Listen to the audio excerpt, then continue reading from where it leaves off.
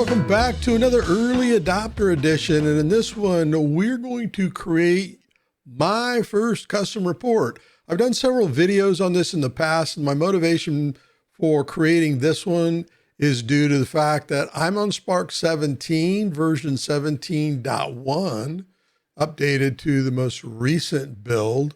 And I want to do another one with some additions to it over the previous videos that we've done. So in essence, the dynamic custom report, or any report, you can see is mining the Sparx data.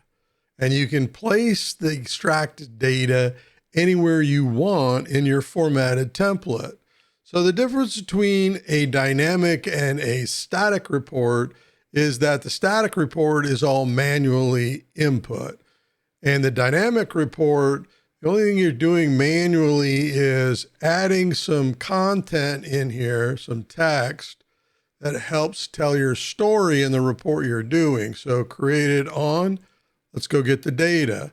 Last modified on, let's go get the data, and so on as we're going through this. So let's get started. Before we get started, I want to step through the report editor and using this example that you see here.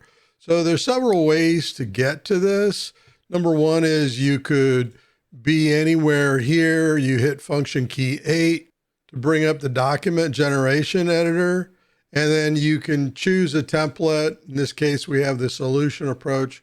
These are the custom templates that we've created. And you can open template. And it will open that template, and then you can make changes to it. Another way is to go to publish and then go to template editor, brings up a blank version of the editor, and you can start building your report from here. It's not titled yet. See, it says untitled in the tab. When you save it, you have a chance to name it and do other things. So let's step through the makeup of this work area here. So number one is we have sections over on the left. And this is where you choose what you want to bring in to your blank report. The second thing is the work area itself. And you have the ability to add a header, logo, and any static content. So you see here, as we're selecting from the sections, it adds in an opening tag and a closing tag. So open for diagram, close for diagram, and then you're allowed to insert data that you want to be reported on, including any static data, which we're going to demonstrate here in just a moment. So that's pretty much it. And when we start to create one from scratch, this is going to make sense. So essentially what we've got here is that we want to bring in package. So we check it. We get an opening package tag, and then we insert the package name.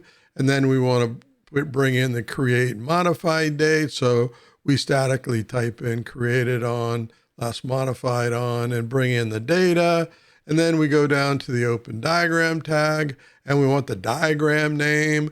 We want the diagram image. And then again, author, create, modified, and diagram notes with some static that helps the reader read the report. If you didn't put the static in here, they would just see the data and not understand what that data was.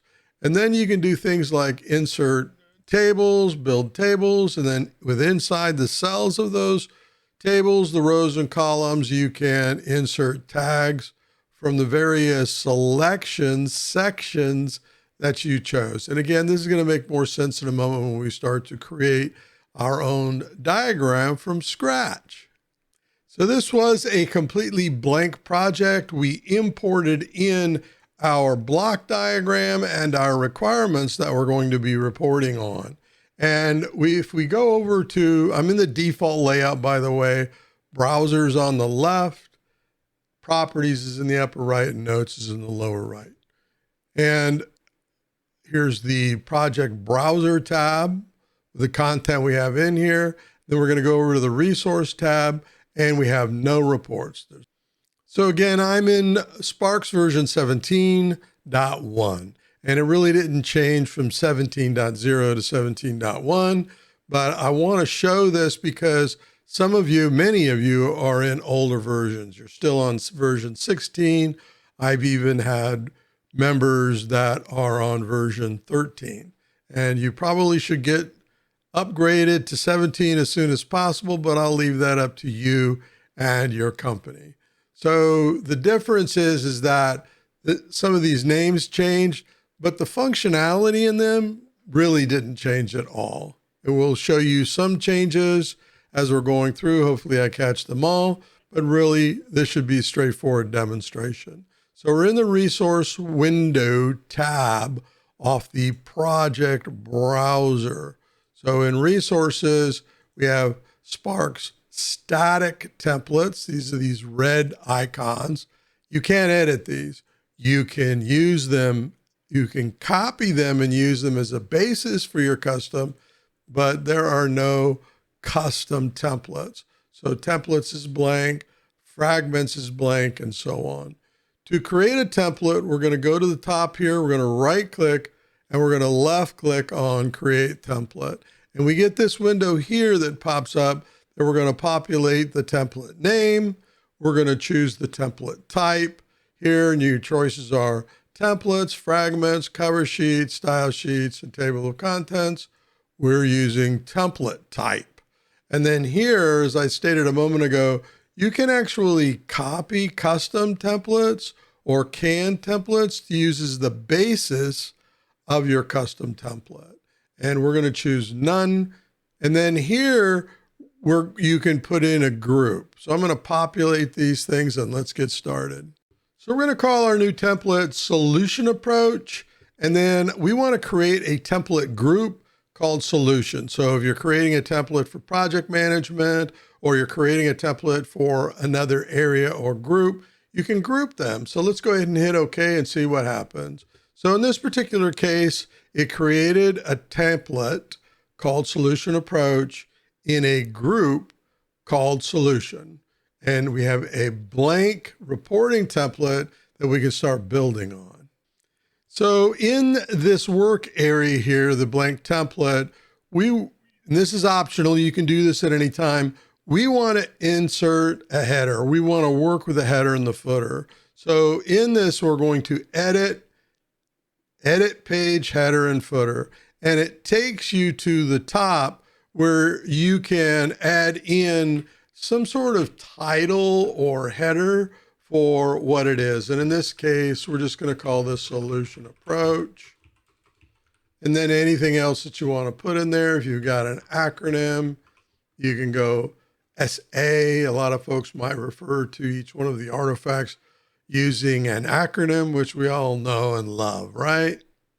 Now in Sparx, it allows you to actually go below the header and start doing your work. But what we want to do is close and lock down the header. So we're going to right click here again. We're going to go to edit. You can see that edit page header footer is checked.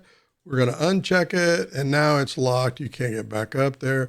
And we're down below. Now you may want to put in a logo, and that's pretty easy to do that. We're going to right click in here, insert, embed picture. And then we're going to go out to where that picture is. Let's go to logo. We're in where our document repository is, and we're going to put in a logo. Let's size this logo, something like this, maybe even smaller, something like that. And then using a document editor, we're going to put it over on the right side. So there we go. We have that started. Now for zoom, let me make this, I don't need this so big. I want more space to work in. I can change the size of these like that. And another thing you can do is zoom in the project header. You can take it down to 100%. You can take it to 150%. You can come over to views. I've talked about in the edit tab here. You can change the page mode to borderless. I like to leave borders on while I'm doing this. So I'm going to go back to regular page mode. And let's get started in the rest of this. So what we're going to do is we're going to put in a carriage return here. And to see where your carriage returns are, your paragraph markers, you have this button here you can click and you can see them. And I want to move this now back to left justified and start working everything left justified going down. Let's start putting in the sections that we want to add. So this column right here provides that. The first thing we're going to do is select package, and you'll see that it puts in some opening tags and some closing tags for package. In between, child packages is set by default. We're going to leave that. And then the next thing that we're going to do is select diagram. And then you can see between the opening and the closing package, we brought in a diagram opening tag and diagram closing tag. So what I'm going to do is start putting in the rest of these as we go forward. And I'm going to bring in element like that. And again, opening and closing tags for our report. And we're getting this text in here that says, right click to insert package field. So we're going to talk about that, do that in just a moment. Let's just continue to choose the things that we want to use. In the element tag, what we want to do is we want to bring in tag values. So there we go. We want to bring in connectors because we're going to want to do something in our connector. Here we go. And then even in connector, you can expand that.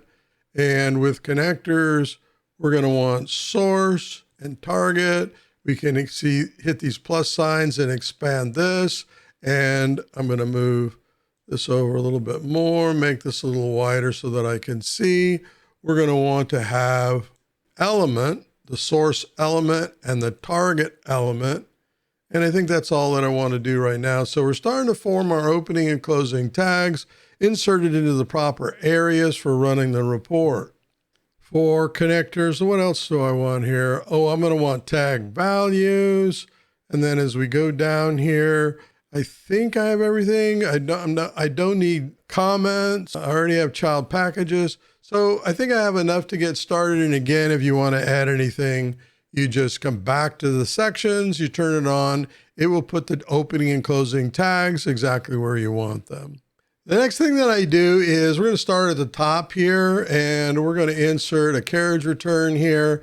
And because it says right click, we're going to right click in here, insert field, and then you have these selections out of the database. We're going to want the package name in here, and we're going to want the package right underneath the package name. We're going to want to statically type in, because we want the create date, the modified date, created on space and a period, modified on and a space and period.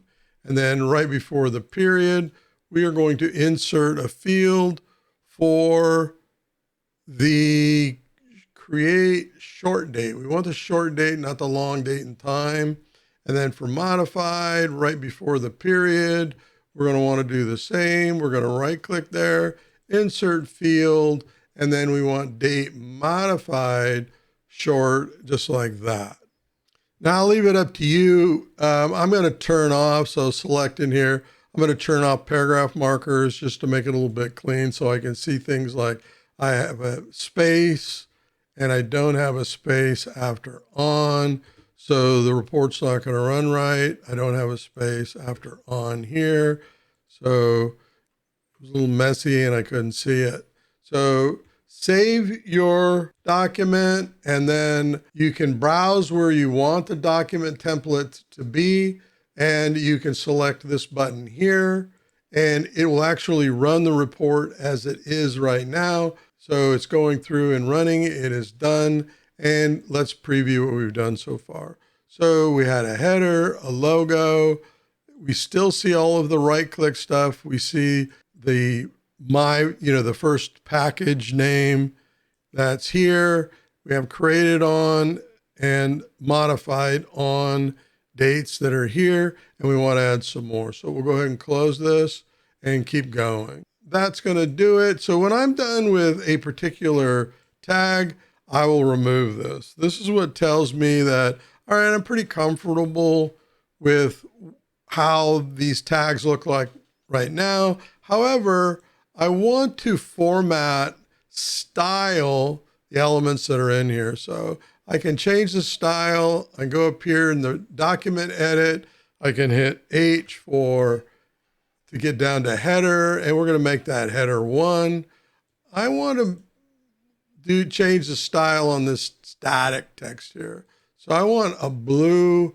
We'll go blue like that. I want to change the font, and I want to change it to Calibri 11, just like that. Then I want to do the same for modified on. It remembers the last color.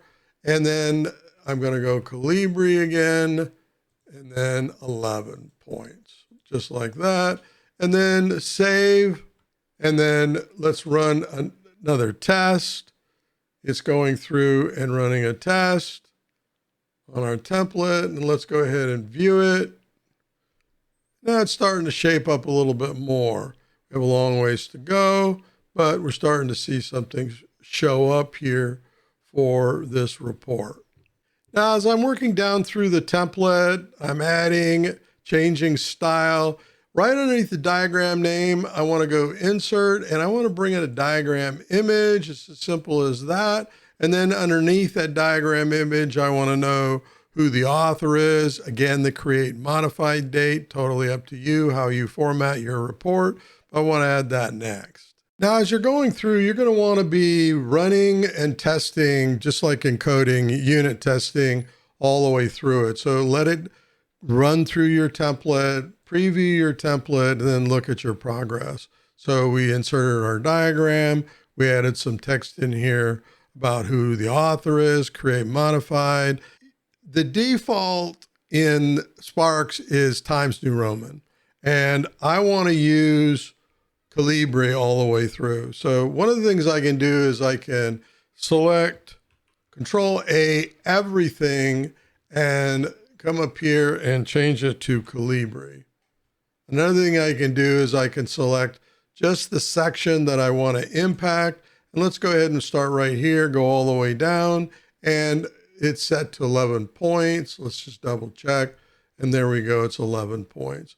And now everything's formatted basically the way I want it as I'm going through. So we think we're pretty much done with the diagram opening and closing tags. So let's take away that carriage return, that white space, so it doesn't show up in the report. And for diagram name, we want this to be header 2. So header 2, there we go, header 1. And then we'll run a test, look at it, make sure everything's the way we want. And then we'll continue into the element section and have some fun. Now in the element section, we're going to right click in here, fields, and the first one is going to be the name. So we've got a huge list on elements to choose from. We're going to go name. Now we're going to put a space, right click again, insert field. And if there is an alias, we want to add that. So your list here is in alphabetical order. Let's choose alias. Put in a space, right click again, and let's bring in the stereotype. So alphabetical order, stereotype, there we go. So this is a really nice way of bringing in the data in a meaningful order that you want to present in your report. Now for all of these, we want this to be header 2. We're going to test that out, header 2. And the color we want is going to be a little darker blue. We're going to right click in here underneath each element, and we want to bring in notes. And here we go. And so we're going to bring in notes, and you can see it's already formatted in Calibri 11 point. So it makes it a lot easier as you're going through. We're going to view it, and now we're starting to bring things together. So our first element in our application, our next application element, and so on. And then it's putting any text that we have underneath those elements, notes, it's bringing those in each time. Now we're really going to have some fun. So we're at the opening for tag value. We think we're done with the element tag value. We're going to remove the white space there, and that signifies that we're pretty comfortable with the format here. But in tag values, we're going to bring in a table. So we're in the document edit, we're going to go to table, and we're going to insert a table, and we're going to make 2 rows, 3 columns wide, and we're going to hit OK. So it inserts a table. The first table is going to be property for the tag value, and the next one's going to be value. And you can give these any meaningful names that you want, but we're going to do that, and then we're going to select this row in here and make these bold. And then we can come in and color them any way we want, do other formatting on the table, but this video is getting long. Let's keep it simple. So now we're in between the opening and the closing tag value. We're going to right click in here, insert, and then we want to bring in a very short list, name. Then we want to right click in this cell here in this row, right click, we want to bring in value, and then we're going to go to notes. We're going to right click. These are notes for the tag value, and bring in notes. Then let's take away this white space underneath it. So what it's going to do when it gets the tag values, opening tag value, cycle through tag values, closing, and it's going to close down. So we created a table for connectors between source and target or destination, along with any nodes. And we have source right here, connector, source, target, element, element. And we want these inside this cell, not down here. So you can't cut and paste them. What you have to do is turn them off and then turn them on inside the cell or table that you want them to show up on. So what we're going to do is don't turn off connector because you'll wipe out the table we just created. We're going to turn off source. You get this. Hey, you sure you want to do this? Anything that you've done, you can undo it. Continue. Yes. Target. Do the same thing. Yes. Go ahead. So now they're gone. So we have opening connector right here, and we have closing connector. We want to move tag values as well. So that is right here. Let's go ahead and turn that off, right? We'll worry about the white space in a moment. So inside source, we're going to select source and element. So inside this table column, it has added that. For destination, we're going to select inside there, and we're going to go target and element. And then for notes, we want tag values, things that are showing up there. So there's a couple of things you can do. First off, we do not want these tag values. We want these tag values down here for the connector, not the source and target. Don't make that mistake. Okay, so we're inside notes. We're going to put tag values, and it's going to insert opening and closing tag value. And then underneath this, we're going to bring in the connector stereotype, name and notes. We'll do that just in a moment.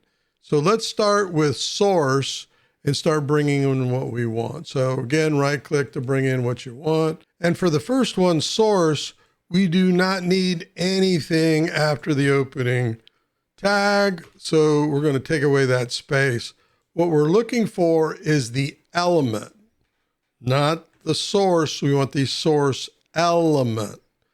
So we're going to right click in here, insert field, alphabetical order, and we want name. Same thing goes with target. We don't want anything after target. We're going to select it all, backspace, take out the carriage return. And here we want to put the name of the target element. Right click in here, insert, alphabetical order, name. So we don't need these instructions. So we're going to take those out. Now we're over to the notes column, and we don't need the instructions anymore. So let's take those out. And what we're going to be inserting here, field, we're going to bring in the tag value name. And then we want a colon after the property. And then we want to right click and bring in the value. And then for the notes, we can put anything we want. You can put an equal sign, a dash, whatever you're comfortable with. And then right click again, and let's bring in the notes. So this allows us to bring in the tag values for the source and target elements within our solution approach. And then here, we can do coloring. Let's make this a dark red. And then the notes are just going to be in the default. But I want them to stand out, so I want them to be bold. And there we go. And that completes tag value, but still we want to bring in more intelligence for the note field. We're going to right click in here, insert a field, and let's bring in stereotype, carriage return. Let's bring in connector name, carriage return, and let's bring in connector notes, any intelligence that we have in the notes field for the connector. And I don't want this carriage return, so clean it up. That way there's no spaces that are unnecessary as it's cycling through our connectors for our elements. Now I'm going to get rid of all of this white space. So delete, delete, delete. And now we're closing connector. So we're done with the connector. And there we go. So let's test this and see what the results are. So it's going out, it's running the report for our template. It's done. We hit view.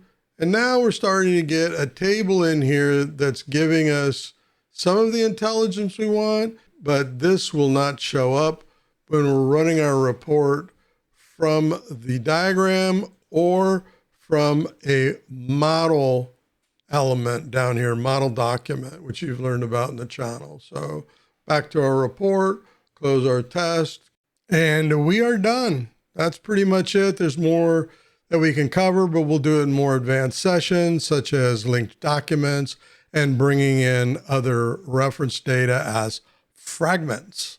But we are going to do a real test. We're on solution approach, and here we're going to go to publish, generate, or you can hit function key 8. It's going to bring up the dialog. It remembers the last thing that we were on. We're going to generate, and then we're going to view. So in this particular case, we only see what we're reporting on from the template. So here you can see it's running through each application. It's bringing in the source name. The target here is the requirement itself.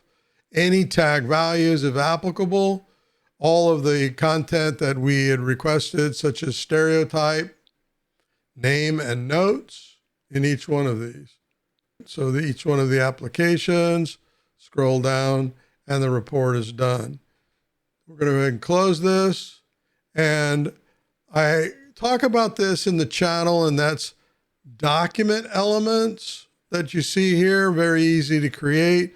That includes not only the solution approach, namespace, package, but also the project management.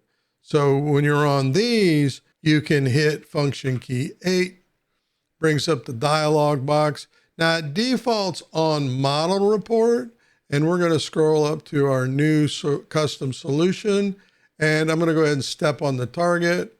We're going to generate.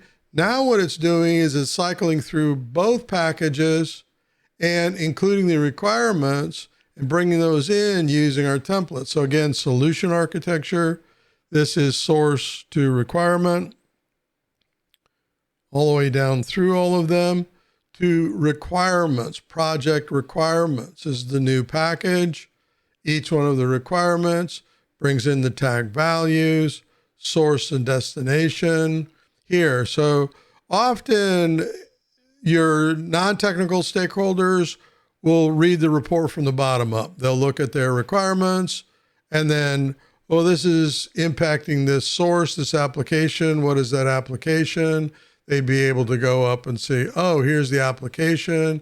Here's a definition of the application and another perspective of the connection. So this gives you both solution architecture analysis as well as requirements analysis all in one report that we just created in a custom report template.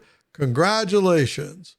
I know this is a long video, but hopefully it was helpful. And until that next episode, Happy modeling.